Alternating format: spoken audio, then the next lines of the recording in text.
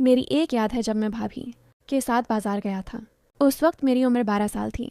हम एक दुकान पर गए जो तहखाने में थी। काफ़ी अंदर जाकर आखिरकार पहुँचे। वहाँ लोग कम ही जाते थे।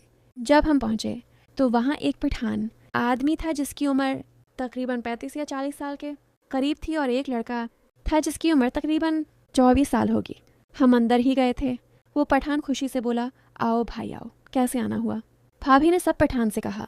हमारा तो वो जाके कह दिया कि मैं ठीक हूँ, हम तो अच्छे हैं। एक दो जमलों में एक दूसरे की खैर खैरियत पूछ ली। फिर उसने दूसरे छोटे लड़के को कहा, सुनो जाओ, बाजी के लिए चाय ले आओ। वो बाहर मार्केट के दूसरी तरफ से अच्छी वाली चाय लाना। लड़का हल्के से मुस्कुराकर चल दिया। भाभी भी हंसकर बोले, ये क्या बात है, इतनी दूर से चाय मंगवाई जा रही है। पठान ने कहा, हाँ आज मौके मिला है, आपकी खिदमत में कोई कमी नहीं होनी चाहिए। भाई ने कहा, अच्छा अगर मैं कहूँ आज कोई खिदमत नहीं करनी। पठान बोला, नहीं ऐसा मत कहो, हम तो पहले ही मर रहे हैं, 2 महीने से घर नहीं गए। भाभी हल्के से मुस्कुराकर बोलें तो लगता है दिमाग को चढ़ गई है। पठान, हाँ आपकी ठीक है, माले पता नहीं कहाँ कहाँ चली गई है, पता नहीं सकता, खुद देख लेना। भाभी साहबा, सच है, दुकान बिल्कुल भरपूर थी, कोई जगह खाली नहीं थी। एक बड़ा सा काउंटर था जिसके अंदर वो खड़ा था। मैं और भाभी बाहर वाली तरफ टेबल पर बैठे थे। उसने भाभी से कहा, अंदर आ जाओ, देख लो जो लेना है। काउंटर काफ़ी ऊंचा था। पठान के पैर के नीचे कुछ दिखाई नहीं देता था। भाभी उठी और अंदर चली गई। मुझे मोबाइल पकड़ा दिया। मैं साने वाली गेम खेलने लगा। भाभी और पठान अंदर थे। भाभी अलमारी की तरफ मिन्ना करके हंसने मजाक करने लगे और कभी उसके करीब जाकर बैठ जाते, कभी यहाँ कभी वहाँ होती रहें। फिर मैंने देखा भाभी का बाजू हल रहा था। उम्मीद से ज़्यादा देर तक वही रख गया था, जैसे कोई चीज़ पकड़ के आगे पीछे कर रही हो। फिर मुझे आवाज़ देकर बोली, सुनो अगर कोई फ़ोन आए तो मुझे बताना, और अगर और चीज़ें वगैरह देखनी हो तो घूम लो। मैंने कहा, नहीं भाभी, मुझे गेम खेलनी है। भाभी बोले, चलो ध्यान से खेलना। पठान काउंटर पर दोनों बाजू रख के मेरी तरफ देख रहा था और कह रहा था, अगर यहाँ कोई चीज़ पसंद ना आए तो काउंटर के नीचे वाले हिस्से में देख लो, वहाँ भी काफ़ी सामान पड़ा है। भाभी बोले, हाँ मैं भी सोच रही हूँ कि नीचे बैठ के देख लूँ, कहीं कोई अच्छी चीज़ मिल जाए। और मेरी तरफ देखकर कहा, तुम किस शर्ट की बात कर रहे थे? मैंने कहा, नीला रंग। तो बोली, अच्छा तुम खेल लो, मैं ढूंढ कर लाती हूँ। इतने में पठान बोला, हाँ वहाँ नीचे ही पड़ी होगी। सारी बातों के बाद भाभी अब आराम से नीचे बैठ गई। काउंटर के दाएं तरफ शीशा लगा हुआ था जहाँ से भाभी मुझे नजर आ रही थी। दरवाजे की जगह छोड़ दी थी। पहले मैंने इतना गौर नहीं किया कि भाभी क्या कर रही है। फिर जब पठान के चेहरे के तासरात बदले तो मैंने उसकी तरफ देखा। उसकी आवाज़ निकली, हाँ मारा आराम से, डांट ना लगे तो कुछ नहीं बोला। फिर हल्की सी पठान के जिस्म में हरकत होती रही, जैसे वो थोड़ा आगे पीछे हो रहा हो। भाभी की खानिसने और खाने की आवाज़ आई। थोड़ी देर बाद जब मैंने पठान से नज़र बचाकर आईने में देखा तो मुझे कुछ अजीब सा लगा, जैसे भाभी हल रही हो। मैं पानी पीने के बहाने उठा और बाहर पड़े कूलर से पानी पिया, जैसे भाभी हल रही हो। मैं पानी पीने के बहाने उठा और बाहर पड़े कॉलर से पानी पिया और पठान रख गए थे। फिर मैं अपनी पहली जगह से थोड़ा आगे बैठ गया, जहाँ से आईने में अंदर साफ नज़र आ रहा था। भाभी क्या कर रही है, ये देख कर मैं हैरान रह गया कि भाभी ने फिर पठान से हल्की आवाज़ में कहा, बस हो जाएगा वरना हो जाएगा। उसने अपना मना साफ किया, बाल सनवारे और आराम से एक शर्ट उठाकर खड़ी हुई और नरम लहजे में बोली, देखो ये ठीक है। मैंने कहा, अब खुद देख लो। इतने में पठान बोला, रख जाओ, मैं ढूंढता हूँ, और नीचे बैठ गया। अब भाभी काउंटर पर दोनों हाथ रखकर खड़ी हो गई और मुझसे पूछा, काल तो नहीं आई? मैंने कहा, नहीं भाभी, कोई नहीं आई। भाभी बोली, अच्छा चल लो तुम खेल लो, और साथ ही थोड़ा हिलाई जैसे टांगे खोल रही हो। मुन्ना से बस हल्की आवाज़ निकली और देखने लगी। कहने को तो नहीं हो रहा था। मैंने सर हिला दिया, बोली, थोड़ी देर में चलते हैं, अच्छे से कपड़े देख लो। हाथ नीचे ले गई और हल्का सा मड़ के पीछे देखने लगी। मैंने आईने में देखा तो बस देखता ही रह गया, क्योंकि पठान ने भाभी से हल्की सी आवाज़ में कहा, अब उसका क्या करना है? मेरी तरफ इशारा था। भाभी ने कहा, कुछ नहीं, बस वो कुछ नहीं बोलेगा, बाहर से कोई ना आ जाए, देख लेना, उसकी खैर है। भाभी, मैं जो कह रही हूँ बस शौर मत करना और ज़ोर से भी मत लगाना। आज गुजारा कर लो, कल फिर आगे, अब जल्दी करो, कोई आना जाए। मुझसे कहा, बेटा बात सुनो। मैंने कहा, जी। इनकल वैसा करो कि बाहर वाली गली की लाइट्स बंद कर दो, फजूल चल रही हैं। मैंने बाहर की लाइट्स बंद की और वापस आके बैठ गया। पठान ने फ़ोन निकाला और सानी को कॉल की और कहा, हाँ कहाँ हो? आगे से पता नहीं क्या जवाब आया। फिर बोला, ठीक है, ज़्यादा से ज़्यादा 15-20 मिनट। अब मैं तो परेशान हूँ। चलो ठीक है भाई। कौन था वही लड़का जो सानी था? बाहर खड़ा किया। वैसे तुम्हारा दीवाना हो गया है? कहता है मेरा भी कुछ। भाभी नहीं, कोई ज़रूरत नहीं। फिर पठान ने अंदर भी आधी से ज़्यादा लाइट्स बंद कर दें। अब काफ़ी अंधेरा है। मैं अपने गेम में मसरूफ़ था। उन्होंने मौका का पूरा फ़ायदा उठाया। जाओ जल्दी, वरना बंद कर देगा। जूते पहन लिए थे। जाओ जिन्हें में उठा। जी भाभी। और जैसे ही दुकान के बाहर आया, रख गया क्योंकि लाइट्स पहले ही बंद थीं। मुझे कोई देख नहीं सकता था। जब मैं बाहर रखा तो अंदर से तप तप की आवाज़ें आने लगीं। पठान बोला, अच्छा क्या बच्चे को भेज दिया? मुझे तुम्हारे जज्बात का अंदाज़ा हो रहा था। अब जल्दी करो। पठान ने कहा ना, मेरे पास 7 मिनट हैं। और कुछ ही देर में पठान की सांसें बाहर तक सनाई देने लगें। ऐसी और वीडियोस देखने के लिए चैनल को सब्सक्राइब ज़रूर करें ताकि हर नई आने वाली वीडियो की नोटिफिकेशन आप तक पहुंचेगी। आज मेरी अम्मी ने मुझसे कहा, नदीम तुम आज बहुत कमज़ोर लग रहे हो। आज वो पहली वाली बात नहीं है। पहले जब तुम मेरे पास आते थे तो 1 से 1.5 घंटा मैच खेलते थे और मेरी जान निकाल देते थे। लेकिन अब मैं ऐसा नहीं कर रही। पिछले 2-3 महीनों से तुम 20 मिनट में ही आउट हो जाते हो। अगर ऐसा ही चला तो मैं कोई बाहर वाला ढूंढ लूँगी और उससे अपनी प्यास बुझवा लूँगी। वरना तुम खाओ पयो, किसी डॉक्टर को दिखाओ। पहली वाली बात अब बिल्कुल भी नहीं रही। मैंने कोशिश की कि अपनी अम्मी को खुश रखूं। हर तरह से उसे मुतमईन करने की कोशिश करता रहा। फिर मैंने कहा, अच्छा अम्मी, आज रात मुझे और वक्त दे दो। मुझे किसी ने बताया है कि फ़िला जगह एक दवा मिलती है। वो कल लेकर खा लूँगा और फिर हम मैच खेलेंगे।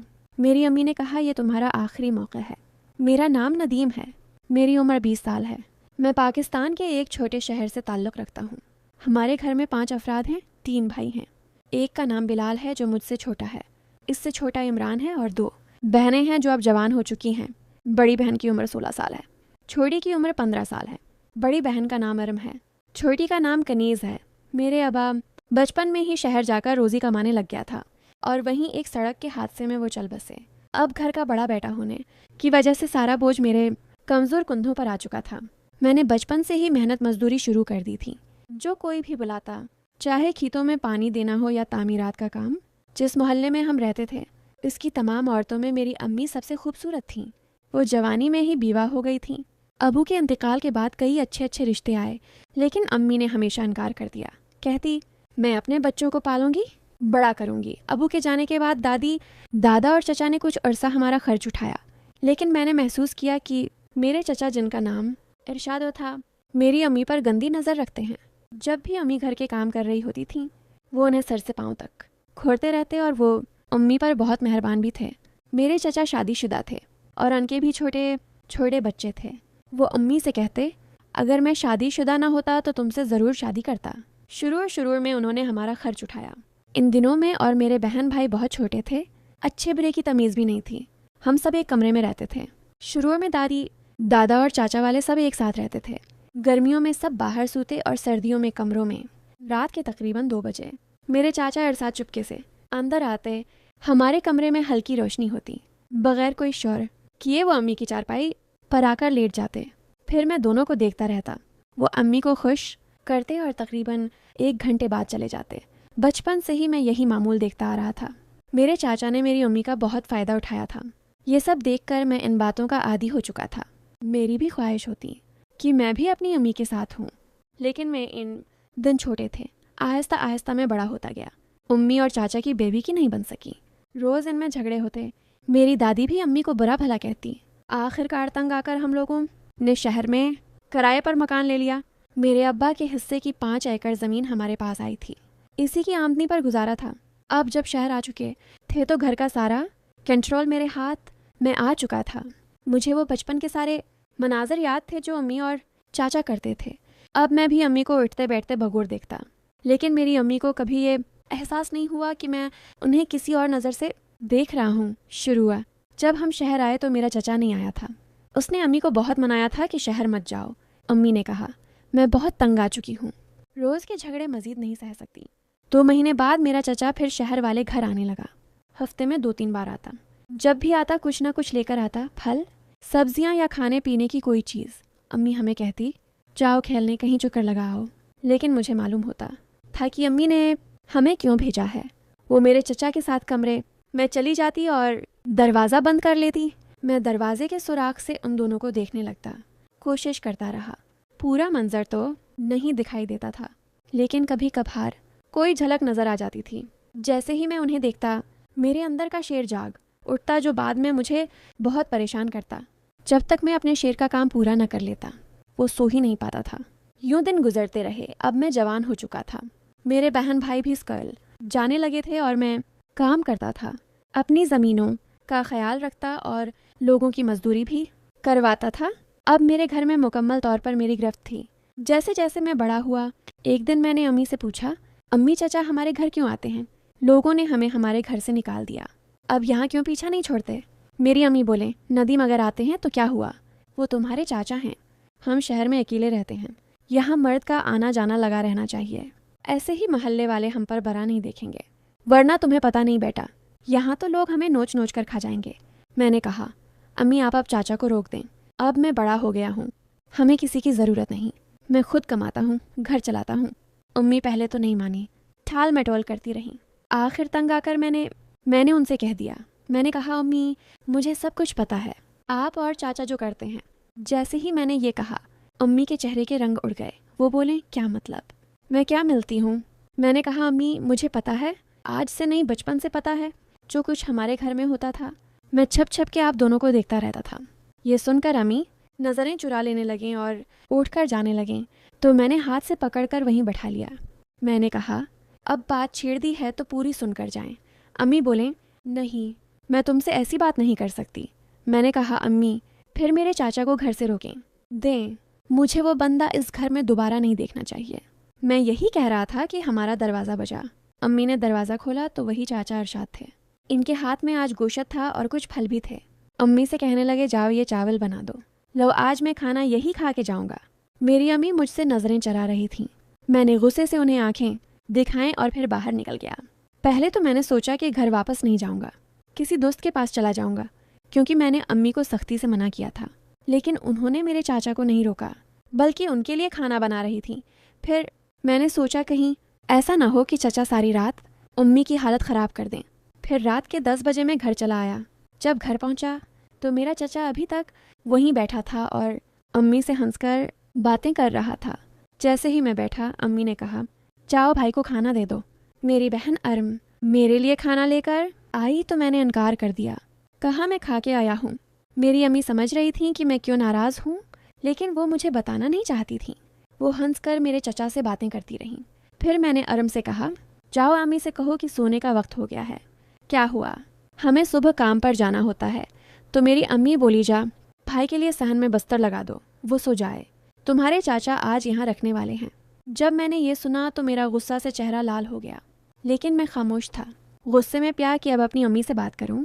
मेरी बहन ने बाहर चारपाई निकाली, बिस्तर लगाया और मुझे सोने को कहा। अब मैं अपने बिस्तर पर आ चुका था, लेकिन मेरी आंखों में नींद नहीं थी। मैंने सोचा रात के 2 बजे उनके कमरे में झांक कर दोबारा देखूंगा, और जब ये दोनों एक दूसरे की प्यास बुझा रहे होंगे तब मैं कमरे में जाकर इन दोनों को डरा दूंगा। तब तक मैं रात के 2 बजे का इंतज़ार कर रहा था। दोस्तों, इस कहानी की अगली किस्त देखने के लिए इस चैनल को सब्सक्राइब करें।